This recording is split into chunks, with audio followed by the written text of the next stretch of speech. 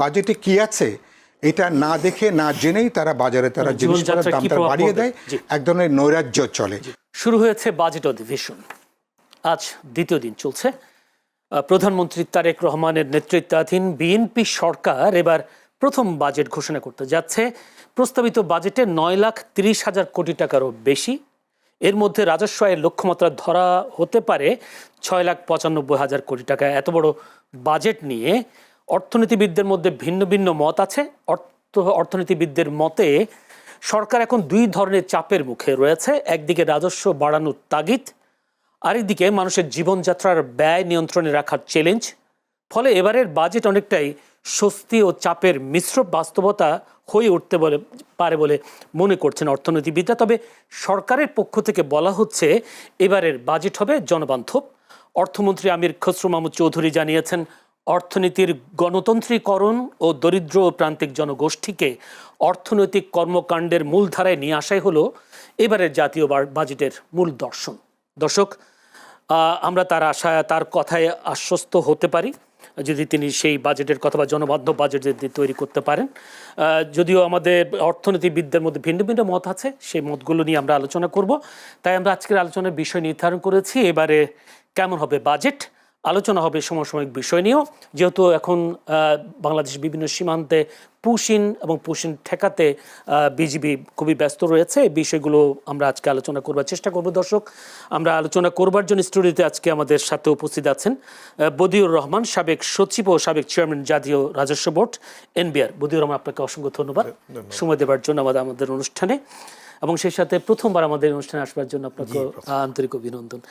আছেন আমাদের সাথে সাইফুল হক, সাধারণ সম্পাদক বাংলাদেশের বিপ্লবী ওয়ার্কার্স পার্টি। সাইফুল হক ভাই, আপনাকেও অসংখ্য ধন্যবাদ সময় দেওয়ার জন্য। দর্শক, পুরো অনুষ্ঠান জুড়ে আপনাদের সাথে আছি আমি জয়নুল আবেদিন। আপনারাও নিশ্চয়ই আমাদের সাথে দুজন আলোচকের আলোচনা শুনবেন, সেই প্রত্যাশা রেখে আলোচনায় ঢুকতে চাই। যেহেতু বিএনপি নেতৃত্বাধীন অর্থাৎ প্রধানমন্ত্রী তারেক রহমানের নেতৃত্বাধীন বিএনপি সরকারের প্রথম বাজেট, যেহেতু সাইফুল হক ভাই এই বিএনপির সাথে জোটে ছিলেন নির্বাচন, একটু ওনার কাছ থেকে একটু শুনে তারপর আমরা বদিউর রহমানের কাছে একটু যাব। যে সাইফুল হক ভাই, আপনি একটু আমাকে বলবেন, যেহেতু আপনি বিএনপির জোট থেকে নির্বাচন করেছেন, যদিও ভাগ্য আপনার ফেভারে আসে নাই বা ভোট পাননি বা নির্বাচিত হতে পারেননি, সরকার অর্থমন্ত্রী বলছেন এবার বাজেট হবে জনবান্ধব বাজেট, এবং তারা বলছেন দরিদ্র প্রান্তিক জনগোষ্ঠীকে অর্থনৈতিক কর্মকাণ্ডের মূল ধারায় নিয়ে আসা হলো এবারের বাজেটের মূল দর্শন। আপনার কাছে একটু শুনতে চাই আসলে এবারের বাজেট কেমন হবে, যদিও এবারের বাজেট আবার রেকর্ড বাজেট 9,30,000 কোটি টাকার হচ্ছে বেশি হতে পারে, এরকম একটি আবার শোনা যাচ্ছে। আপনাকে ধন্যবাদ। শ্রদ্ধাভাজন বদিউর রহমান ভাই, ওনাকে আমি শুভেচ্ছা জানাই। ওনার সঙ্গে অনেক দিন পরে এই ধরনের কর্মসূচিতে এসছি। আর আমরা একটা ছোট্ট সংশোধনী বলি, আমরা বিএনপি জোটের সাথে নির্বাচন করিনি। বিএনপির সাথে কিছু আসনে আমাদের আসন সমঝোতা হয়েছে। আমরা বিপ্লবী ওয়ার্কার্স পার্টিগতভাবে আমি ঢাকা 12-তে পার্টির মার্কা কোদাল মার্কা নিয়ে নির্বাচন করেছি। বিএনপির সমর্থন ছিল, ফলে আমি ঢাকা 12-র যারা ভোটার ছিলেন, যারা আমাকে ভোট দিয়েছেন এবং ভোট দেন নাই, আমি সবাইকে শুভেচ্ছা জানাই, অভিনন্দন জানাই। দেশবাসীকে যারা আপনারা এই গভীর রাতে যারা এই অনুষ্ঠান দেখছেন, আপনাদেরকে সালাম জানাই এবং অভিনন্দন জানাই। আমি মনে করি প্রথমত বিএনপি সরকার গঠন করবার পরে খুব অল্প সময় তারা পেয়েছেন এই ধরনের একটা বাজেট তৈরি করবার ক্ষেত্রে, এটা একটা। দুই হলো যে এত বহুমুখী সংকট এবং চ্যালেঞ্জের সরকারের জন্য সমাজের সকল অংশকে যুক্ত করে বা সকলের প্রত্যাশা পূরণ করে বাজেট প্রণয়ন করা যাবে। ফলে বেশ কিছু সীমাবদ্ধতা সময়ের দিক থেকে বলি, প্রস্তুতির দিক থেকে বলি, আর সংকটের গ্রাভিটিটা এত বহুমাত্রিক, তো ফলে বাজেট নিয়ে আমি খুবই বিরাট কোনো উচ্চাসা, বড় কোনো প্রত্যাশা সেটা আমার ব্যক্তিগতভাবে আমার নেই। বাজেটও পরিবারে যেমন আমরা আয় ব্যয়ের হিসাব করি, বাজেটও তো এরকম একটা আয় ব্যয়ের একটা প্রশ্ন আছে। তো এবার বাজেট আগে দুটো মৌলিক কথা বলি। একটা হচ্ছে যে যাদের জন্য বাজেট, যে বিশাল জনগোষ্ঠী, তাদের সাথে প্রাক বাজেট যেটা আলাপ আলোচনা, মতামত নেওয়া, তাদের সংকট প্রত্যাশা, যেটা অতীতে বিভিন্ন সরকার করেছে, এবার এরকম খুব বেশি দেখা যায়নি। সরকার কিছু কিছু স্টেক হোল্ডারদের সাথে তারা আলোচনা করেছেন, বিজনেস গ্রুপ, ট্রেড গ্রুপ এরকম। কিন্তু সাধারণ মানুষের পক্ষে যে কোনো আলাপ আলোচনা, তাদের প্রত্যাশা আকাঙ্ক্ষা সেটা খুব একটা হয়নি।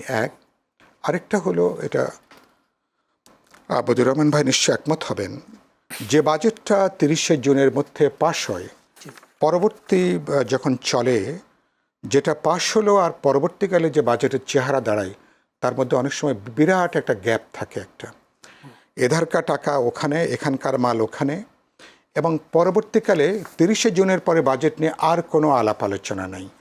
একটা যে ত্রৈমাসিক কোনো পর্যালোচনা বা বাজেটের বাস্তবায়নের মধ্যবর্তী কোনো পর্যালোচনা, এগুলো কার্যত খুব একটা জানে না।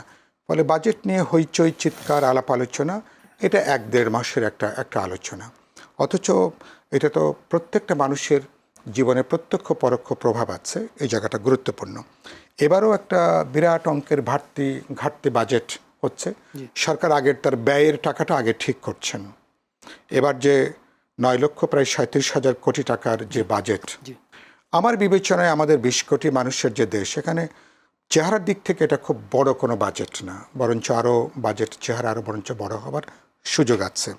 কিন্তু নানা সীমাবদ্ধতায় ঘাটতি বাজেট, যেটা বরাবরই যে সংকটটা হয়, সরকার যে সমস্ত সোর্স থেকে তারা রাজস্ব আয়টা তারা সংগ্রহ করতে চান বা তারা এই যে ঘাটতিটা তারা মেটাতে চান, অনেক ক্ষেত্রে, কারণ করের আওতাটা, বদিউর রহমান ভাই নিশ্চয়ই বলবেন, করের আওতাটা এখনো পর্যন্ত আমরা খুব স্ট্যান্ডার্ডলি এখনো পর্যন্ত বিশাল অংশ যারা করযোগ্য, যারা কর দিতে পারেন, বিরাট অংশ তার এর বাইরে থাকেন।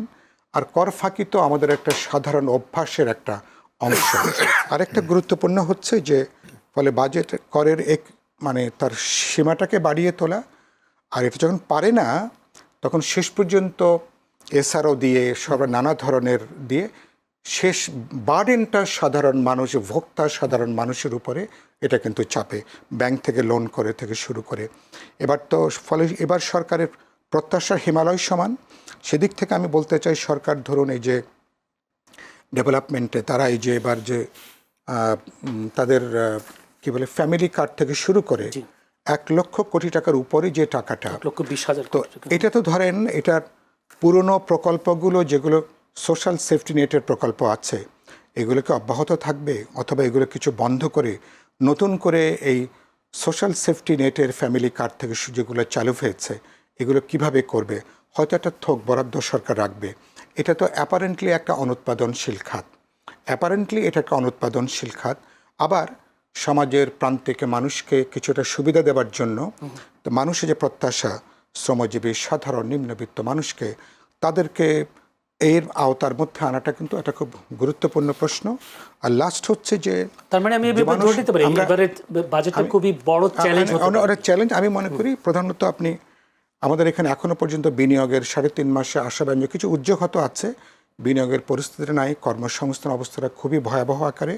ফলে বাজেটের লক্ষ্যটা বিনিয়োগ কিভাবে আপনি তৈরি করবেন, এই বিনিয়োগ কেবল এক্সটার্নাল, আমার ইন্টারনাল, আমার যে উদ্যোক্তা যারা এন্টারপ্রেনাররা, তারা যেন স্বস্তি নিয়ে একটা ডেমোক্রেটিক এনভায়রনমেন্টে, আমরা আগে অনেক গল্প করতাম যে ওয়ান স্টপ সার্ভিস হবে, সেই জায়গাটা এখনো পর্যন্ত ধরাছোঁয়ার বাইরে।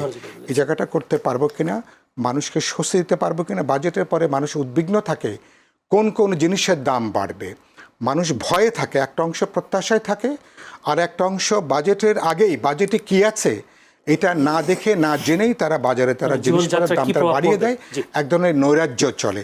ফলে এবারকার এসব নৈরাজ্য হবে না, সরকার বাজেট দিক, পরে আমরা আলাপ আলোচনা করে একটা স্বস্তির জায়গাটা যাতে হয়, এটা মানুষ নিশ্চয়ই আমরা দেখতে চাইব। অসংখ্য ধন্যবাদ।